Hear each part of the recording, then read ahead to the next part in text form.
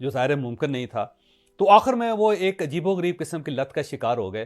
وہ ہر وقت سکرین پر رہنا چاہتے تھے, لہٰذا وہ اس قسم کے بیانات دیتے تھے جس کی وجہ سے ٹیلی ویژن سکرین کے اوپر بھی ان ہو جاتے تھے اور سوشل میڈیا کے اوپر بھی. اور الٹیمیٹلی اس شہرت کی لالچ میں یا اس شہرت کی تلاش میں یا اس کو دوام دینے کے تلاش میں انہوں نے 18 سال کی 17 سال کی لڑکی سے شادی بھی کر لی اور ان کے ساتھ عجیب و غریب سی ویڈیو بنا کے بھی انہوں نے چلانی شروع کر دی.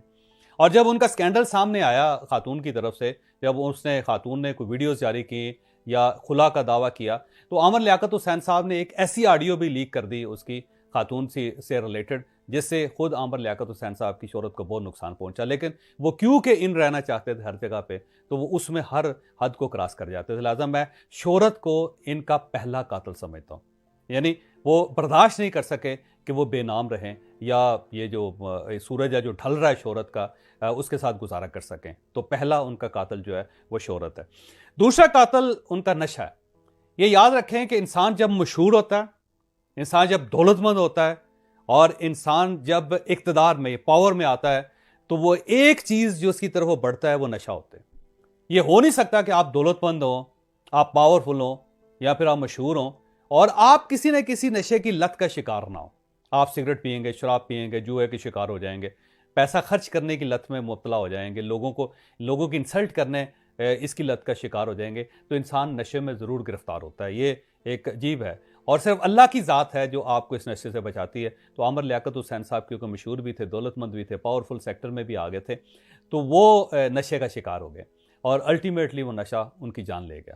تو یہ دوسرا قاتل نشہ ہے جس سے ظاہر وہ اپنے آپ کو بچا نہیں سکے. تیسرا قاتل ان کی فیملی ہے.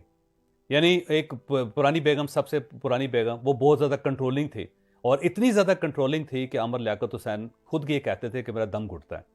اور ظاہر ہے وہ فیملی اپنے خامد کو, ان کی بیگم یا ان کے بچے اپنے والد کو نہیں چلا سکے اور ان سے الگ ہو گئے. دوسری بیگم انہوں نے محبت سے شادی کی تھی اور وہ محبت کی شادی نہیں چل سکی, وہ خاتون بھی ان کے ساتھ نہیں چل سکی. اور تیسری جو انہوں نے بہت بڑا انیشیٹو لیا تھا, اپنی شہرت کا داؤ پہ لگا دیا, اپنی دولت کا داؤ پہ لگا دیا, سب کچھ داؤ پہ لگا دیا اور وہ عورت بھی ان کے ساتھ نہیں چل سکی. تو تیسری قاتل بیسیکلی فیملی ہے. یہ یاد رکھیں کہ اگر گھر میں سکون نہیں ہوگا تو آپ بادشاہ بھی ہوں گے تو الٹیمیٹلی آپ ڈیزاسٹر کا شکار ہو جائیں گے. آپ کتنے مشہور کیوں نہ ہو, آپ کتنے بڑے دولت مند کیوں نہ ہو, لیکن اگر گھر کے اندر سکون نہیں ہے تو یہ زندگی جہنم بن جاتی ہے. اور عامر لیاقت حسین صاحب کی زواجی زندگی نے ان کی زندگی کو جہنم بنا دیا تھا. اور چوتھا اور آخری قاتل میڈیا. میں میڈیا کو ذمہ دار سمجھتا ہوں کیونکہ جب عامر لیاقت حسین ڈیزاسٹر کا شکار ہوا تو میڈیا کا کون سا ایسا سیگمنٹ ہوگا جس نے عامر لیاقت حسین کا مذاق نہیں اڑایا. ٹیلی ویژن پہ ان کی خبریں چلائیں گئیں, ان کا مذاق اڑایا گیا. اخبارات کے اندر ان کی خبریں آئیں, ان کا مذاق اڑایا گیا. اور سوشل میڈیا تو اس قدر غلاظت کی حد تک چلا گیا کہ اس نے چسکے لینے شروع کیے اس حد تک کہ ٹاپ ٹرینڈنگ میں عامر لیاقت حسین کی ایشوز آ گئے. اور وہ ایک ایسی خوفناک چیز تھی جس کا افیکٹ عامر لیاقت حسین کے نفسیات پر ہوا, ان کے دل پر ہوا اور الٹیمیٹلی وہ اس دنیا سے رخصت ہو گئے. یہ یاد رکھے کہ میڈیا صرف شہرت دینے والی مشین نہیں ہے, یہ ایک ایسی بندوق بھی ہے جو انسان کا سینہ چھلنی کر دیتی ہے. لہذا روز ہم جو خبریں بناتے ہیں, روز جو ہم خبریں چلاتے ہیں, عامر لیاقت حسین کو دیکھ کر اندازہ لگائیے کہ کتنے لوگوں کے دلوں کو چھلنی کرتی ہوں گی یہ خبریں, کتنے لوگوں کو ان کے والدین سے محروم کرتی ہوں گی یہ خبریں, کتنے شوہر ہوں گے جو اپنی بیویوں سے محروم ہوتے ہیں اور کتنی بیویاں ہوں گی جو اپنے شوہروں سے محروم ہوتی ہیں. یہ جو خبر ہوتی ہے, جو ٹرینڈنگ ہوتی ہے, یاد رکھیں یہ صرف ٹرینڈنگ یا خبر نہیں ہے, یہ ایک جان لیوا کھیل بھی ہے. اور عامر لیاقت حسین میڈیا کا بندہ ہونے کے باوجود اس جان لیوا ہتھیار کا شکار ہوا. لہٰذا میں میڈیا کو بھی اس کا قاتل سمجھتا ہوں. ہمیں اس سے لرن کیا کرنا چاہیے, کیونکہ ہمارا چینل جو ہے سیلف ہیلپ کا چینل ہے, ہمیں اس سے کیا لرن کرنا چاہیے. ہمیں 4 چیزیں لرن کرنی چاہیے عامر لیاقت حسین صاحب سے.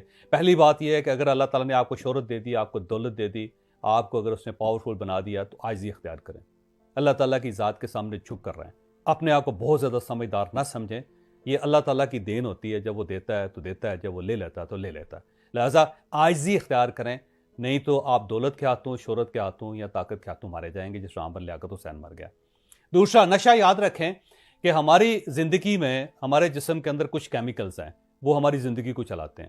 جب ہم کوئی ایڈیشنل چیز لیتے ہیں تو ان کیمیکلز کو, لائف کے جو کیمیکلز ہیں اس کو وہ ایڈیشنل چیز مار دیتی ہے اور الٹیمیٹلی آپ اندر سے اور باہر سے دونوں جگہوں سے مر جاتے ہیں. لہٰذا نشے سے پرہیز کریں. کوئی بھی نشہ ہو, ایون کافی کا ہو, چائے کا ہو, سگریٹ کا ہو, پان کا ہو, یہ انتہائی مضر ہوتا ہے. یہ آپ کی جان لے جائے گا. لہٰذا نشے سے بچنا ضروری ہے. تیسرا، فیملی سپریم ہوتی ہے. فیملی سب سے زیادہ سپریم ہوتی ہے. اگر آپ کو اپنا کاروبار چھوڑنا پڑے، آپ کو اپنا اقتدار چھوڑنا پڑے، آپ کو لائم لائٹ جو وہ چھوڑنی پڑے، تو آپ چھوڑ دیں، کیونکہ فیملی سب کچھ ہے. Family it most ultimate player ہے، اور اگر آپ اس پلیئر سے محروم ہو جائیں گے تو زندگی کا کوئی فائدہ نہیں. اور چوتھی اور آخری چیز یہ ہے کہ میڈیا والوں، آپ لوگوں کو بھی کچھ نہ کچھ احساس کرنا چاہیے. لوگوں کی ذاتی زندگی میں نہیں گھسنا چاہیے، کیونکہ جب آپ ذاتی زندگی میں گھستے ہیں تو آپ کے اپنے ساتھی بھی دنیا سے گزر جاتے ہیں، نکل جاتے ہیں. تو چاروں چیزیں سیکھنے والی ہے. عامر لیاقت حسین چلا گیا، لیکن ہم کو بہت کچھ سکھا گیا.